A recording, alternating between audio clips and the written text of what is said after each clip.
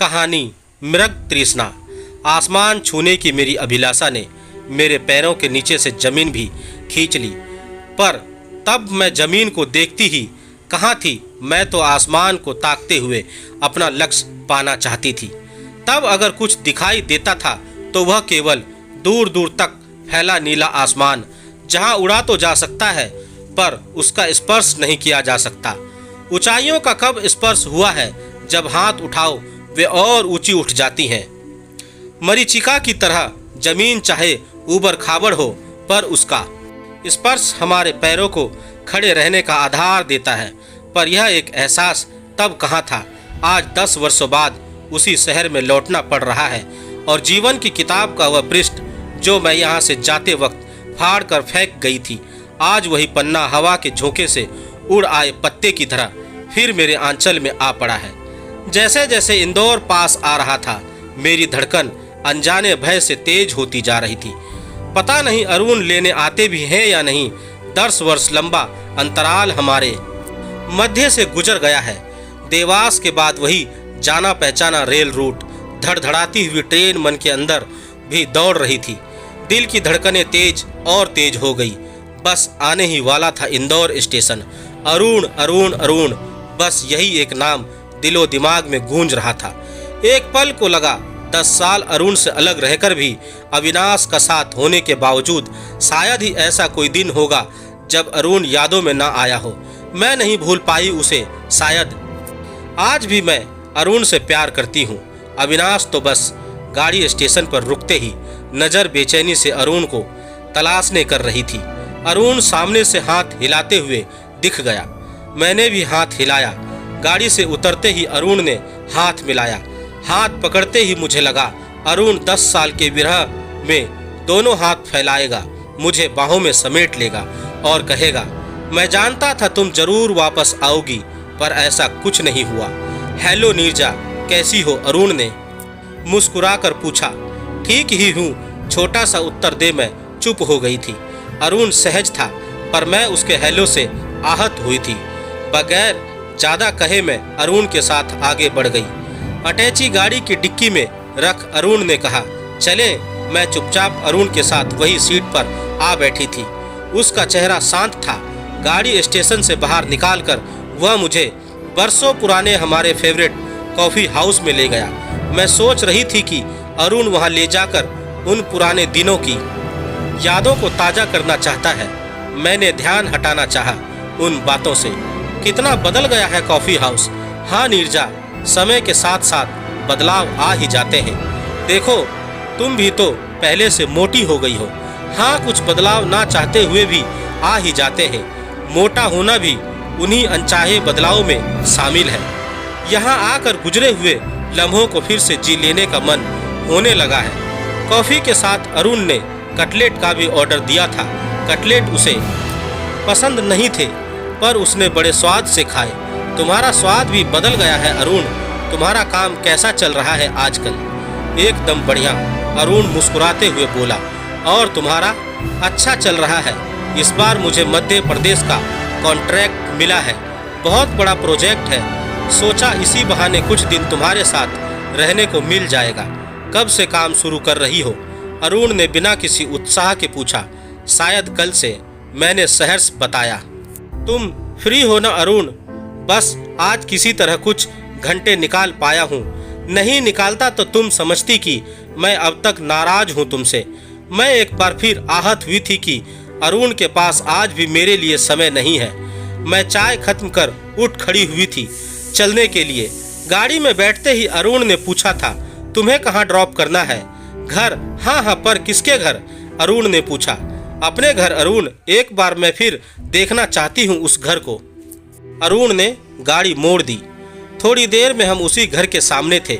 मैं उतरने लगी तो अरुण ने रोका था। बाहर से ही देख लो नीरजा, यह घर तो 8 साल पहले ही हम बेच चुके हैं। क्या? हाँ। तो अब कहाँ रहते हो? विजयनगर में। यह कोई नया नगर है क्या? नया नहीं है, अब वहाँ हमारे पास फ्लैट है। क्यों बेचा अरुण? मैं नहीं तो तुम तो जुड़े रहते इस घर से। मैं मन ही मन सोचने लगी थी। एक बार फिर मैं आहत हुई थी। तभी गाड़ी होटल श्री माया के सामने रुकी। अरुण ने रिसेप्शन पर पूछताछ की और मेरा सामान रूम में पहुंचवा दिया। मैं मौन रही। मुझे लगा कि अरुण मुझे घर नहीं ले जाना चाहता। वह नहीं चाहता कि उसकी अस्त व्यस्त जिंदगी मेरे सामने उजागर हो।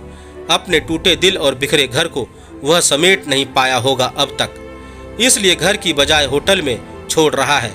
मैं चलता हूँ नीरजा, तुम अभी यहीं पर हो तो मुलाकात होगी ही। अगर कुछ परेशानी हो तो इन नंबर पर कांटेक्ट कर लेना। और हाँ, यहाँ के बैक्स मशरूम स्पेशल हैं, लंच में जरूर ऑर्डर देना। मैं चलता हूँ। वह जल्दी में था। मेरा जवाब सुने बगैर ही चला गया। अगर अरुण की जगह अविनाश ऐसा करता तो मैं तूफान खड़ा कर देती, पर अरुण के इस बर्ताव पर उदासी ने मुझे घेर लिया था। मैं रूम लॉक करके लेटी तो झपकी आ गई। 2 घंटे बाद आंख खुली तो उठने का मन नहीं हुआ। एक मनहूसियत सी पसरी थी कमरे में। मैं सोचकर आई थी कि अरुण को पछतावा होगा मुझसे अलग होने का, पर एक औपचारिक व्यवहार के अलावा उसमें कुछ भी नहीं दिखाई दिया था। अब क्या करूं, यही सोचते हुए उठी। चाय का ऑर्डर दिया और नहाने चली गई। नहाकर थोड़ा फ्रेश लग रहा था। मैं तैयार हुई और कैमरा लेकर होटल से बाहर आ गई थी। रिक्शा ले राजबाड़े तक जाने का मूड बनाया। इतने सालों बाद राजबाड़े को नए स्वरूप में देखा तो कई फोटो खींच लिए। अकेले घूमने में मजा नहीं आ रहा था। कितना घूमती थी मैं अरुण के साथ राजबाड़े और सराफे में। रबड़ी, देसी घी की जलेबी, कितना स्वाद है यहाँ के खाने में। चाट, पकोड़े, समोसा सब कितना पसंद था मुझे। यादों के झुरमुट में भड़कते हुए मैं उसी चाट हाउस के सामने पहुँच गई थी, पर अकेले खाने का मन नहीं हुआ। कुछ देर रुककर खाती हुई भीड़ के फोटो लिए और पलटने लगी तो अरुण की आवाज़ सुनाई दी, ए नीरजा रुको। पलटी तो अरुण मेरी ही तरफ आ रहा था। मैं रुक गई। बगैर कुछ खाए जा रही हो? जानती हो, तुम्हारे जाने के बाद कई दिनों तक दुकान वाला पूछता था कि आपके साथ वो चटोरी मैडम नहीं आती। अब मैं मुस्कुरा दी। हल्की सी चपत लगा देती, पर ऐसा कुछ नहीं कर पाई। अरुण मेरे हाथ में पेटिस चटनी का दोना पकड़ाकर एक छोटे से बच्चे को लेने आगे बढ़ गया। एक खनकती सी आवाज़ सुनाई दी थी, अरुण देखो बंटी कहाँ है। मैंने आवाज़ की तरफ देखा। दुबली, गौरवणी, सुंदर सी स्त्री अरुण से बच्चे को गोद में ले रही थी। वे तीनों मेरे पास आ गए थे। अरुण ने परिचय करवाया, नीरजा ये अंजलि है, माई वाइफ, और ये हमारा बेटा बंटी। और अंजलि नीरजा को तो जानती ही हो। Hello hi Anjali. Anjali my wife मेरे कानों में शीशा सा उड़ेलते हुए शब्द थे। अरुण ने शादी कर ली, उसका बेटा भी है। सुबह 2 घंटे साथ रहा पर बताया तक नहीं। मैं भी बच्चों को गोद में ले लूं यार, कहने लगी। बेटा सचमुच प्यारा है, एकदम अरुण की तरह। मैंने पर्स में हाथ डाला और 500 का एक नोट बच्चे को शगुन कहकर पकड़ा दिया। पैरों में अब मानो ताकत नहीं थी। मैं फिर मिलने का वादा कर होटल लौट आई। सारे रास्ते अंजलि माई वाइफ शब्द मेरा पीछा करते रहे। मैं थक गई थी खुद से लड़ते लड़ते। मैं अब भी अरुण से बंधी हूँ मन से। और अरुण होटल पहुंचकर मैंने लंच नहीं किया और डिनर लेने का अब मन नहीं था। कमरे में लौटकर मैं निढाल हो पलंग पर पड़ी रही। खूब रोई भी, इतना तो शायद जब अरुण से अलग हुई थी तब भी नहीं रोई थी। कमरे में अंधेरा पसरा था पर मन लाइट जलाना नहीं चाहता था। अंधेरे में जो मानक गढ़े और जिनको आधार बनाकर मैंने अपने भविष्य को गढ़ा था, उससे यदि मैं खुश और सुखी रह सकती तो आज रोती ही क्यों। कितना सरल सहज जीवन था जो अरुण के आगोश में सुरक्षित सा था, पर आत्मकांक्षा उछाले मार रही थी। गृहस्थी के दायित्व कुछ थे ही नहीं, पर तब भी मैं उस बंधन से मुक्ति मांग बैठी थी। लेकिन समय ने मेरे सारे मुगालते दूर कर दिए। आज अरुण, अंजलि और उनके बच्चे को जिंदगी जीते हुए देखा। तभी से लगा मैं हार गई। अपनी सारी महत्वाकांक्षाओं को पूरा करने के बाद भी हार महसूस कर रही हूँ। मैं केवल स्टिल फोटोग्राफी में ही करियर बनाती रही। नाम, यश, पैसा, क्रिएशंस, कितने शब्द थे मेरी महत्वाकांक्षा की डिक्शनरी में। पर असल तस्वीर तो अंजलि ने बनाई है अरुण की बंटी के रूप में। रचना भी वही और सृजन भी स्त्री के स्त्रीत्व का। अनमोल क्रिएशन मैं नहीं कर पाई। शायद अविनाश ना आया होता जीवन में तो महत्वाकांक्षा यूँ प्रॉब्लम नहीं होती।